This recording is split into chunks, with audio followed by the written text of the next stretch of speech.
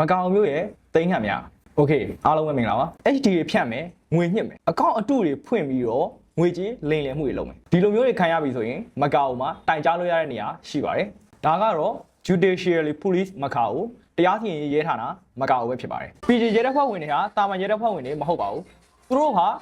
ငွေကြေးခွာချမှုတွေရာဇဝတ်မှုကြီးတွေနဲ့အစိမ့်မြင့်နည်းပညာသုံးကွန်ပျူတာမှုခင်းတွေကိုတီးတန့်စစ်ဆေးစုံစမ်းကင်တွယ်တဲ့အထူးတပ်ဖွဲ့ဝင်တွေဖြစ်ကြပါတယ်ဒီတပ်ဖွဲ့ကို1960ခုနှစ်ထဲက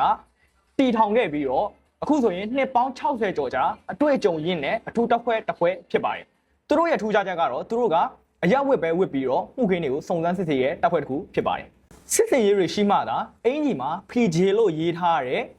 vest coat အင်ကြီးအပြာလေးတွေကိုဝတ်ဆင်ပြီးတော့စစ်စင်ရေးလှုံ့ဆော်ကြတာဖြစ်ပါတယ်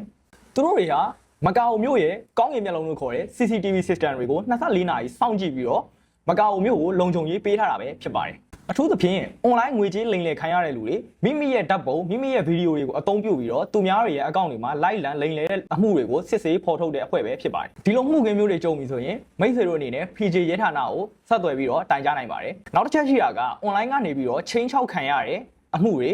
online ကနေပြီးတော့မင်းရဲ့ HD တွေဖြတ်မယ်မင်းရဲ့အတွင်းရေးကိစ္စတွေကိုဖြတ်မယ်စတဲ့အကျင့်စာရိတ္တအရှက်သိက္ခာကိုထိခိုက်စေသောစာများဖြင့်ထိပါနှောက်ယှက်တယ်ဆိုရင်ဒီဌာနကိုဆက်သွယ်တိုင်ကြားနိုင်ပါတယ်ဆက်သွယ်တိုင်ကြားပြီဆိုရင်မကာအိုတွင်းမှာရှိတယ်ဆိုရင်ဘလောက်တော်တဲ့ hacker တွေပဲဖြစ်ဖြစ်ပေါ့နော်လုံးဝပြေးလွတ်မှာမဟုတ်ပါဘူးဘာလို့လဲဆိုတော့ဒီဌာနမှာတာဝန်ထမ်းဆောင်နေတဲ့လူတွေကဒီပညာကိုတစ်ဖက်ကံကကျွမ်းကျင်တက်မြောက်ထားတဲ့အတူတပ်ဖွဲ့ဝင်ရဲတပ်ဖွဲ့ဝင်တွေဖြစ်ကြပါတယ်ဒီတပ်ဖွဲ့နဲ့ပတ်သက်ပြီးတော့အမှုတစ်ခုခုတိုင်ကြားလို့တာပဲဖြစ်ဖြစ်သတင်းပေးချင်တာပဲဖြစ်ဖြစ်ကျွန်တော် caption မှာ